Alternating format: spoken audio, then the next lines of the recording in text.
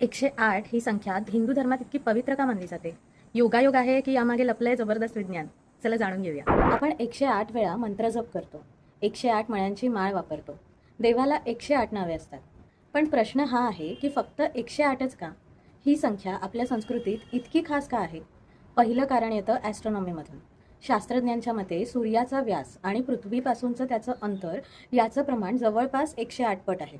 तसंच चंद्रासाठीही हे प्रमाण साधारणतः 108च्या आसपास येतं. म्हणजेच विश्वाच्या रचनेत 108 या संख्येचं एक गूढ कनेक्शन दिसतं. दुसरं कारण येतं योग आणि शरीरशास्त्र. योगशास्त्रानुसार आपल्या शरीरात 108 एनर्जी पॉईंट्स म्हणजेच नाडी केंद्र महत्त्वाची मानली जातात. ध्यान आणि मंत्रजप करताना या एनर्जी पॉईंट्सवर परिणाम होतो असं मानलं जातं. म्हणूनच 108 वेळा मंत्रजप केल्याने मन अधिक स्थिर आणि फोकस्ड होतं असं सांगितलं जातं. तिसरं कारण आहे म्हणजे गणित. 1 म्हणजे परमेश्वर किंवा अल्टिमेट रियालिटी, 0 म्हणजे शून्यता आणि विश्व, आणि 8 म्हणजे अनंत, इन्फिनिटी. म्हणजेच 108 ही संख्या स्पिरिच्युअल आणि सायंटिफिक दोन्ही स्तरांवर महत्त्वाची मानली जाते.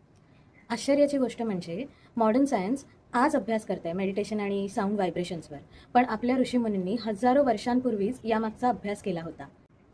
आणि म्हणूनच आपल्या परंपरा फक्त श्रद्धा नाही आहेत, तर त्यामागे एक खोल निरीक्षण आणि ज्ञान दडलंय. अशाच आपल्या संस्कृतीत लपलेल्या विज्ञानाच्या गोष्टी जाणून घेण्यासाठी साहित्य मराठीला नक्की फॉलो करा.